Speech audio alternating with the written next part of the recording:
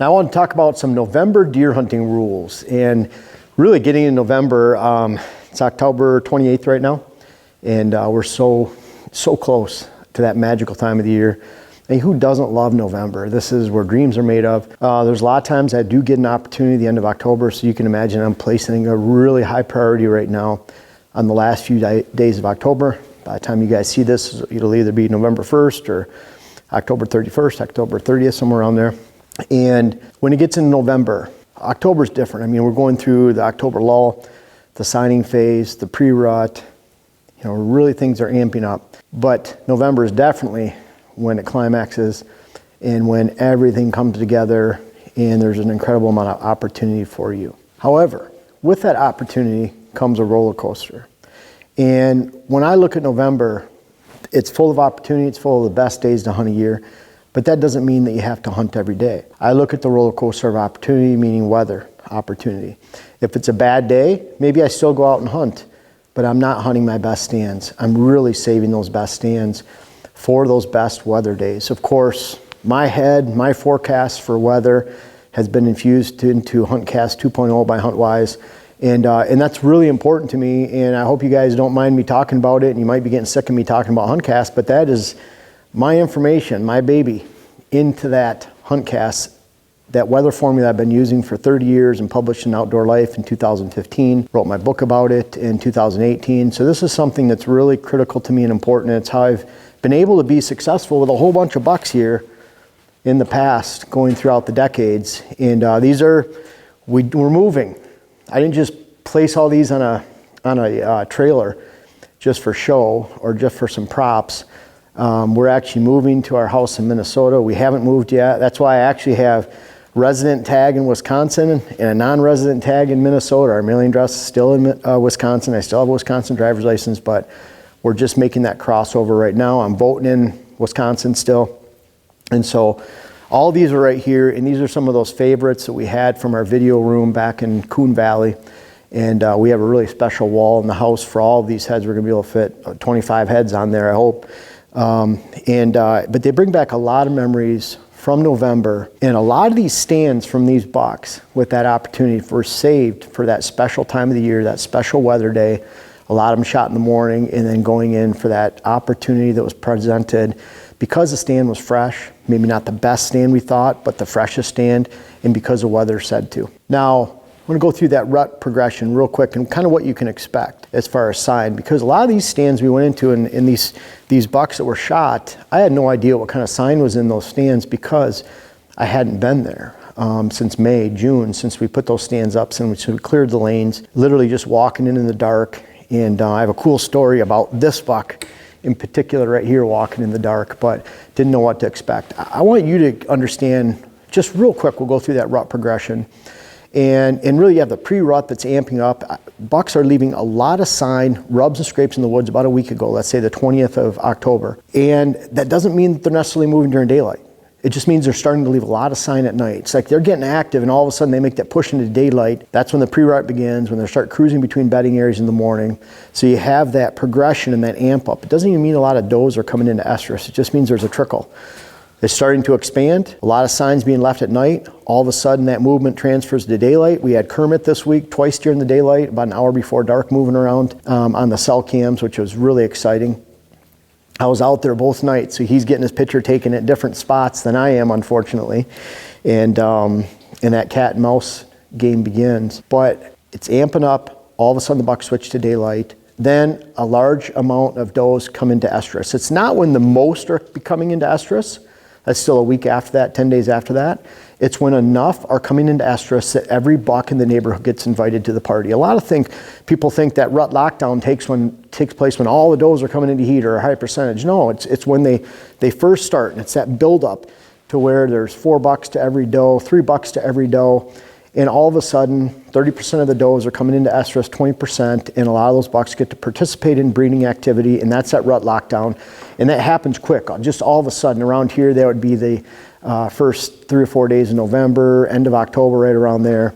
It's still a good time to hunt because you never know when those bucks are going to come off that next doe. Then it goes into the peak rut, and that's when a high percentage of does are coming into estrus.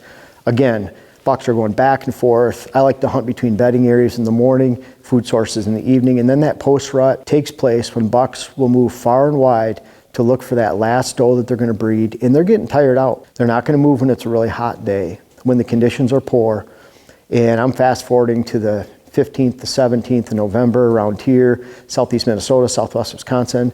When you get down to West Virginia, maybe even southern Missouri, over into Arkansas, Oklahoma, Tennessee, in some of those states, that's going to be more like the 25th of November, 22nd of November. But at some point, things are starting to wind down, and if you find good weather days, again, going back to that roller coaster of opportunity, you're gonna find bucks, and boy, then it slams down shut. And think about it. By the time you get into 28th of November in most places, 25th, 22nd, the 17th, 20th around here, the rut's just about over. Even though does are being bred, they're being bred a lot at night. But think about those bucks. They might have dropped 25% of their body weight, 20%, 30%, depending on how active they are. They've really gone down in overall body weight. They're tired out, they're wore out. They can't just keep rutting for months on time, they die. And so at some point they have to rest and recuperate, and when they do, it really shuts down. We're gonna talk about that in the end of November. That's kind of the progression of the rut. You're seeing that signing phase, a lot of sign, you get into the peak rut, they're not leaving as much sign, they're really doing a lot of cruising, then you get in the post rut, and then it really shuts down, and that's that rut progression and opportunity that you should be looking for, and kind of how you're mapping that out. Again, you're not going to see much pre-rut activity unless you have a lot of bucks in the area, mature bucks especially. Young bucks just don't leave a lot of signs. You're not going to see it if you don't have those mature bucks around. I urge you to be patient, be really patient. It's important that you don't burn your stands out. There's so much opportunity in November from beginning to end, the end of October all the way through the end of November.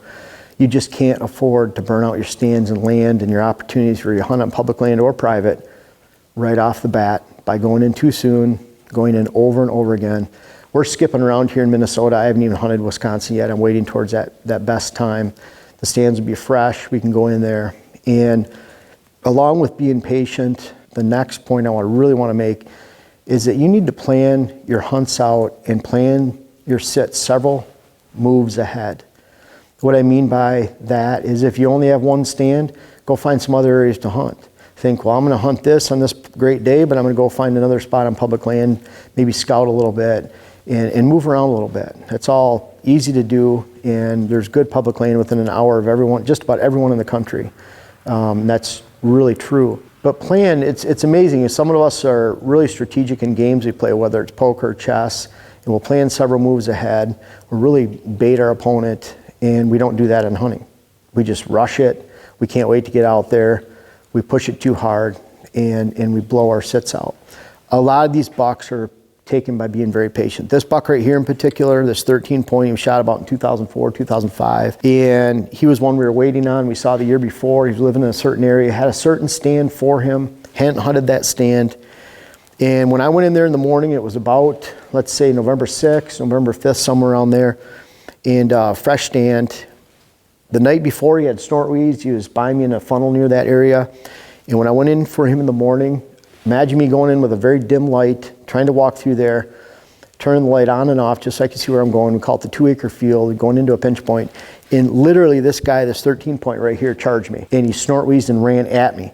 Enough to where I turned the light on, tried to get an arrow out. I was kind of panicked at that moment. He stopped from about where the camera is right here, and he just turned and went the other way. Scared me. Literally, he was running right at me. I thought he was going to run me and gore me or whatever he was going to do. And I didn't even have time to react other than to turn the flashlight on barely, and he ran away. It's crazy. About 3 hours later, he came in through with some does, about 100 yards later, or away in the funnel stand, and I was able to shoot him. And field dress 193, which is pretty good at that time of the year. And I was by myself, and I had a heck of a time getting him into the back of the truck, dragging him up the ridge. But so worth it, and so worth the wait on a stand that we didn't even hunt. And if you go around the room, this is the first sit stand right here on this 13 point drop time. It might have been 2013, somewhere around there. And first time using the stand, that November time, November 6th. This one right here, I actually went home. The weather was warm. I don't plan on hunting a week or 9 days at a time ever. And he was, gross is in the 170s, but he was one that, it was warm out, so I left my buddy Carl in Wisconsin, and I left and Went back home, did some work, spent time with the family, came back on the first cold front morning sit and shot him. Very patient for that stand. I think that stand was the second time for the year. First sit stand for this guy. November 4th rut hunt. I was with my good friend Tim. I think Tim had seen this buck once or twice, and we knew he was around. He had chased this buck the year before at that age, and so he had fought with him, pushed him sideways through the brush. This was an older 6-7-year-old buck. But probably even on the way downhill, you can see he's a typical 7-point, but he's real gnarly, got some really cool stuff at his base. But he was one, first sit, November 4th, something like that, in the stand, and it was just the right place for him to find him. But again, practicing that patience and leaving stands so we knew it was the right time. This guy right here, one that grosses in the 170s, really cool buck, just a beauty. We watched him for 2 years, and again, first time using the stand for that year. Actually on the evening sit, I was hunting over a water hole.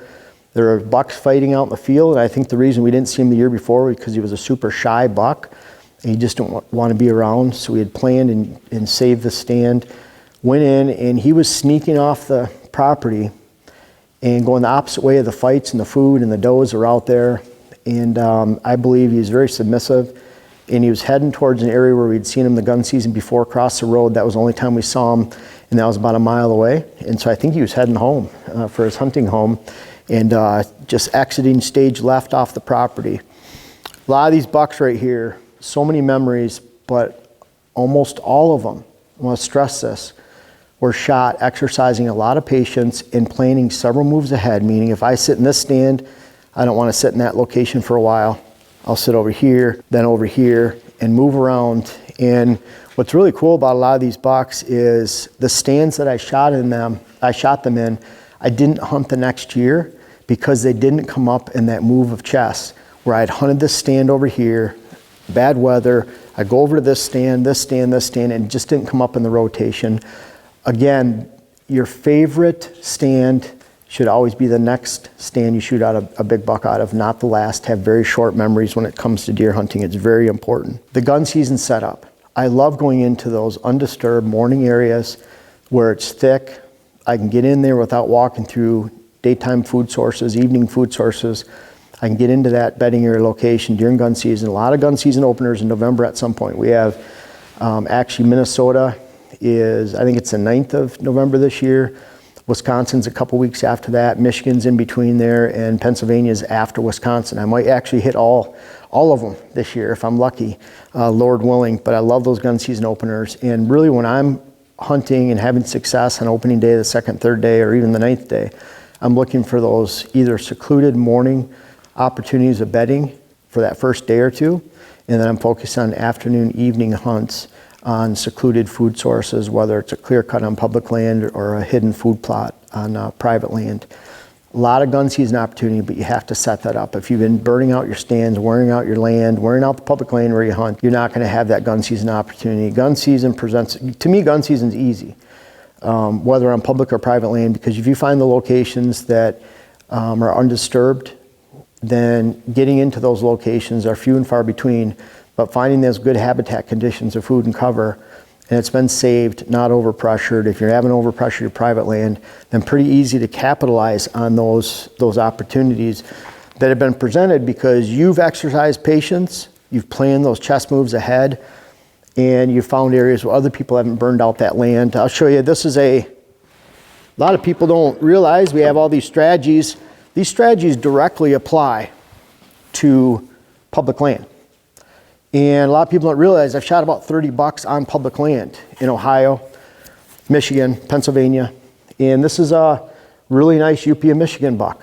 Public land, third day of the season. Third day of the season at 10 in the morning. I shot this buck because I wasn't hunting a public land bait pile out in the hardwoods somewhere, or on private land food plots that have been over hunted. I hunted this area because he was back in his bedroom area, transition area, getting to that bedroom area, funnels out in the swamps and marshes, walking in 45 minutes, well away from all the bait piles and hunters on public land. Shot him in the middle of everybody at 10 in the morning, back near his bedroom. I don't know if he was bedding 100 yards away or a quarter mile, but I was out in that area. 10 o'clock in the morning, I'll actually tell the story. I felt like staying in bed, and Diane told me, no, you need to go get out there. You might shoot that big buck. We didn't even know what he was, just had good sign. But that's a public land set up by gun season, hunting a really secluded area, finding the sign, and then getting in there away from everybody else and sitting all day. And good things can happen when you find those secluded areas and you set that gun season up for those opportunities. One of the things I think is really important is that you expect mature buck daylight movement decline by the end of November. Again, they wore out. Last year, Wisconsin's gun season took place on November 23rd. That was well after the end of the rut. And even though you could find some biologist reports that say the middle of the rut in Wisconsin might be the 17th of November, the 13th of November, that doesn't mean that bucks are going to keep pushing for 6 weeks at a time, because does are starting to trickle into heat the end of October. There's a big flurry early November. Mid-November, they're going strong, and then all of a sudden, they just get wore out. And so there's a lot of breeding that takes place at night. Their daylight activities are diminished because of hunting pressure. And by the 23rd of November, like last year in Wisconsin, there's just not much activity. Doesn't have anything to do with the DNR or hunters or bow hunters taking the opportunity away from gun hunters or vice versa. None of that garbage. What it does have to do with is that just bucks are on the decline of daylight movement because they're just simply wore out. But that brings up the next point. When you get into November, end of November especially, hunting those evening food sources are incredible. Evening food sources, bucks need to recover. They're not going to come out when it's 70 to 80 degrees and windy. Look for those hunt cast, high value days. That's the way I've shot almost all of these bucks, is using those formulas in that weather prediction that's in hunt cast now. And that's that opportunity for you. There's a lot of great bucks in here. And I see one over here I'm going to grab out and just show you another one. I keep thinking about these stories that pop into my head. This was a really cool buck that was a late gun season sit in Wisconsin. I shot this with a bow, and it was the last 9th day of gun season. He was heading towards food. He was just exiting his bedding area off the neighbors. It was about 20 minutes before dark, and he gave me that opportunity. And awesome buck, huge opportunity. One of those big frames of Wisconsin where we're used to being a really nice, mature 5-year-old plus buck.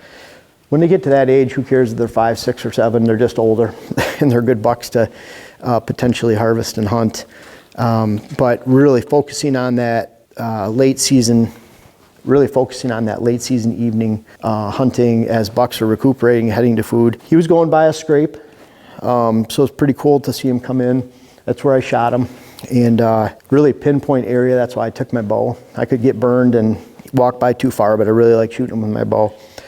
And then finally, all of this, you have the roller coaster, being patient, really playing several moves ahead and looking at your stands as each one an opportunity. If you feel like you're over hunting your stands, go to somewhere else, try another stand. Again, searching for that next great stand that you're going to shoot a buck out of.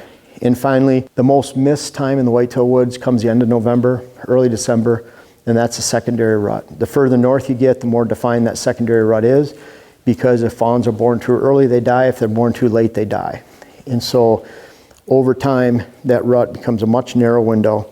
Boy, there's the second, third, and fourth rut when you get down to Alabama, Georgia, and then you're looking for cold front days. You're really focusing on that roller coaster in some of those southern states, down in Louisiana, Alabama. You're looking for weather to dictate a lot of movement. Again, they're not going to move around during the day when it's hot. And then you're hunting fresh sign, whether your trail cameras are telling you that or your in-season scouting. Really hunt those fresh scrapes, especially if they're aggressive, and dirt flowing everywhere. And that's an opportunity to go in and find rutting bucks, and they're telling you when they're active, as opposed to just guessing and wondering every year in those southern states. But really look for that secondary rut to take place about 28 days past when the peak rut, and I would say the peak rut you're looking at when a large portion of those does, look at that rut lockdown phase. When you see a little bit of activity decline the first few days of November up here, that might be the 10th to 15th, southern Missouri over to Arkansas, West Virginia, Oklahoma, Tennessee. But you're looking for that decline in activity. That means a lot of does are coming into estrus. That means some does are going to be missed. You fast forward 28 days, that puts us into the end of November, early December, and don't miss out on the secondary rut. A lot of people do, which means it's a great time for you to be in the woods. I hope there's a lot going on in November. I hope some of these impromptu props back here in the trailer before our house is done and we can move them inside help. I love all these stories. I look at them, and that's why we get these shoulder mounts and have these deer antlers around. They all each bring back great memories, and it's fun to rehash them with you guys. I hope you can appreciate it, but most of all, I hope that you enjoy these November hunting rules and that you have a great November this year in 2020 and beyond. The same rules will apply next year, no matter what year you're seeing this. And I hope you have a great hunt this November. Well, if you made it to the end of this video, you're obviously interested in Whitetail Habitat Solutions, what I have to teach, and you will love my new web class series. The first one is how to design your whitetail property. It's out now. The link is in the description. I invite you to check it out. It's on my website. Can't wait to hear about it.